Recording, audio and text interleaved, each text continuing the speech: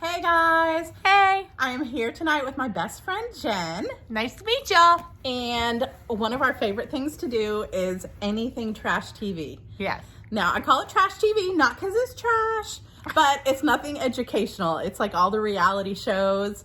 And so we always have a million opinions about them. So A million. I don't know. We just thought it would be fun to kind of share our opinions. And of course, it is based only on what we've seen on the show.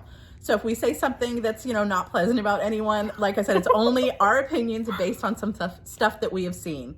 And You mean like offensive? We're probably going to say some offensive thing. And if you agree, let us know. If you disagree, let us know, but be really kind. Be kind.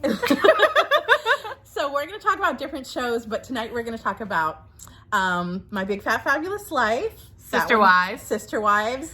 And Southern Charm. Because My Big Fat Fabulous and Southern Charm just ended. And Sister Wives we're kind of in the middle of.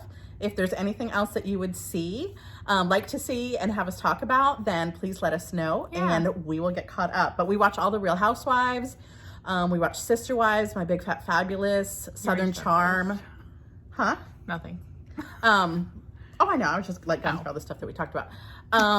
What else do we watch? What don't we watch? Do you watch Little People? Yes, Big People, Little World, or whatever that is. What's the other one about the Little Women New York or Los Angeles? Oh, I haven't watched that one in a while. There's Little Women LA. There's Dallas. There's 3 or 4 of them. The Bachelor, Summer House. I hate The Bachelor. She hates Summer House too. I hate The Bachelor too. But I'm trying to get used to Summer House, and I think it's just because I'm old or something, but I watch it and I'm like, oh, these people are so icky. But yeah. I'm going to keep watching it. I'm sure that I will be addicted. Teen Mom, I need to get back on I that love one Teen Mom. because I was addicted to it forever. But let's start with My Big Fat Fabulous Life. Okay.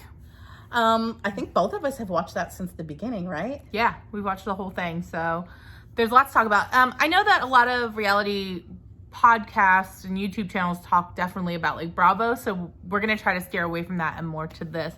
But all right, Heath, here's your first question. Okay. Who are you most like on My Big Fat Fab? I would say, and it's probably not a good thing. I'm going to say I'm most like Buddy. What do you think? Oh, Do you yeah. think I'd be Actually, Buddy? I definitely think you're Buddy. I think that I'm, sorry, Buddy, because I love you. You're like my favorite character. She But would marry you. I totally would. Sorry, honey. But I would say I'm most like Buddy because I can be kind of sloppy and I like to joke around. Everything to me is a joke. That's what makes me happy, is just laughing and hooting it up. And I get social anxiety like he does. I haven't had an addiction problem, except maybe food. I don't know. But yeah, I'd say Buddy. What about you? I think I'm most like Ashley. Okay, I can see that. She works. She's a mom. She's the mom of a young kid. She tries to be the voice of reason through the drama. But she can be a little stern. She likes to have fun. She's easygoing. Yeah, I think I'm an Ashley. I agree. I think so. I can see that. Well, let's just jump right in. Let's jump into this season and let's talk about Ryan. Well, first let's talk about the Chase thing. Let us talk about Chase and Whitney. Oh my God. That was crazy. I feel really bad for her. I do too. And to be honest, I think it's kind of insane that she has to play nice. He did her so dirty. I understand that she was kind of being stubborn and digging her heels in and not making, allowances, I guess, to kind of suit his life. But that's no reason to cheat on somebody. And then not only cheat on somebody, but get somebody pregnant. I know. And one thing that she touched on that I hadn't thought about, but as soon as she said it, it was like, yeah, of course. She said, it's not like you found out that, you were pregnant and you guys were going to have a baby. And you were like, oh my gosh, how are we going to work our way through this? It was just pretty much like, okay, well, I'm having a baby with another girl. So, I'm so sorry, and she said, you never even thought that let's try and work it out. And I think obviously that it made her feel like their relationship just was not important at all.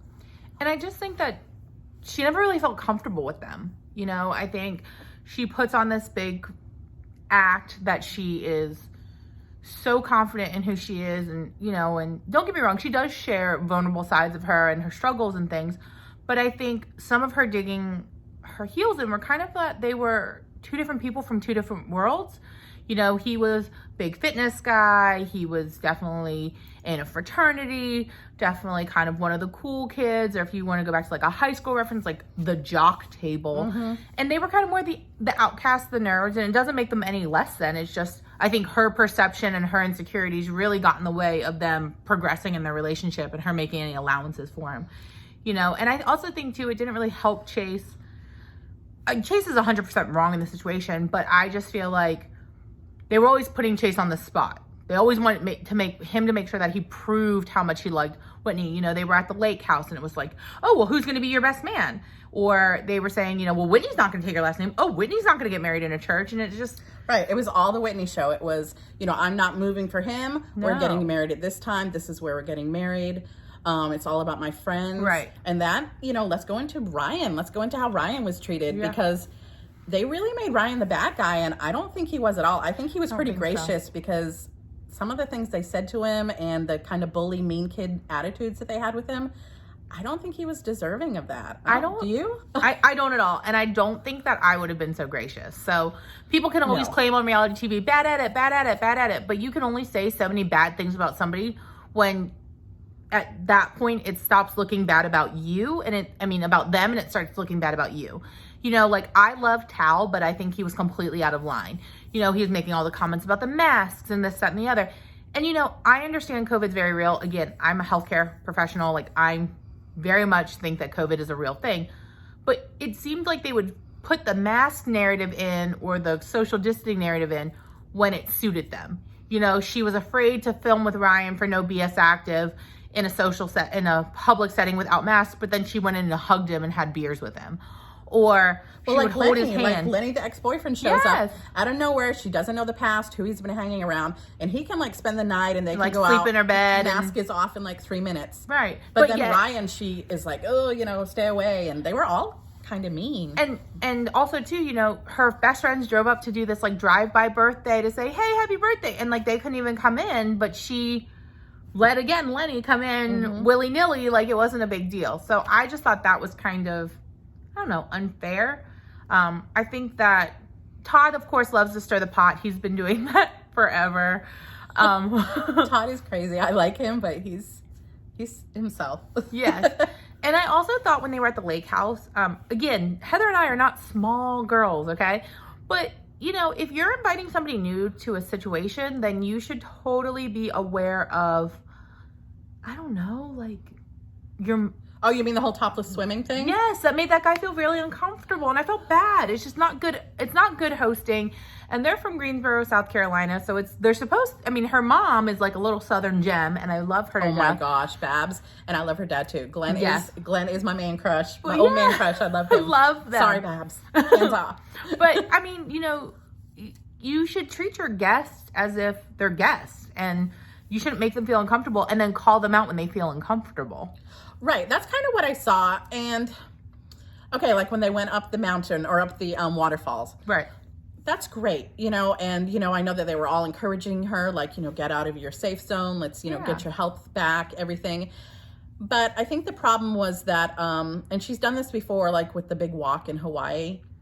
I mean, her body she did get through it, and that's always great to, you know, persevere and everything.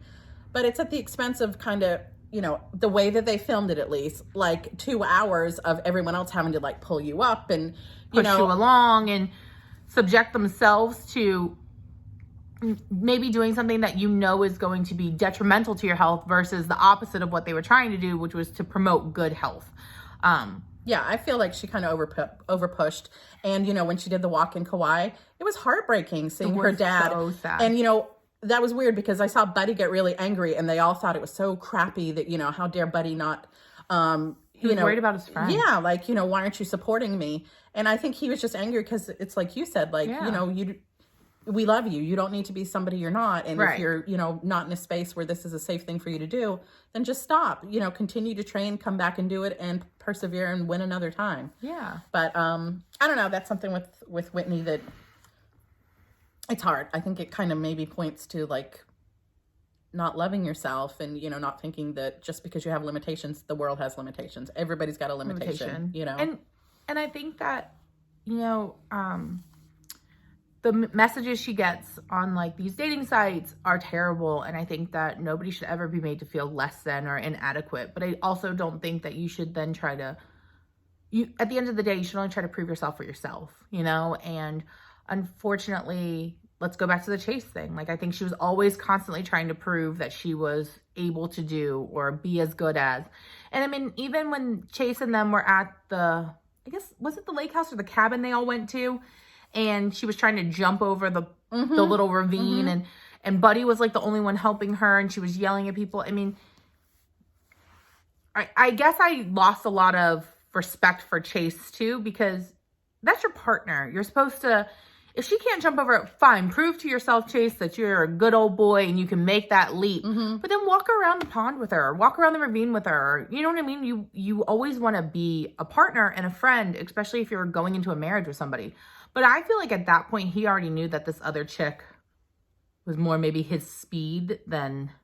Yeah, I think that, you know, they got along well, and when it was just the two of them and they were in, you know, without a lot of outside influences, it worked. Yeah. But then I think as it, like I said, more kind of became the Whitney show, and in order to be with me, it's kind of be all her way or the about highway. me. We're having kids when I want and everything. That I think it scared him. I think he started to back off, and it's really unfortunate what happened, and it was cringeworthy, and I felt horrible for her.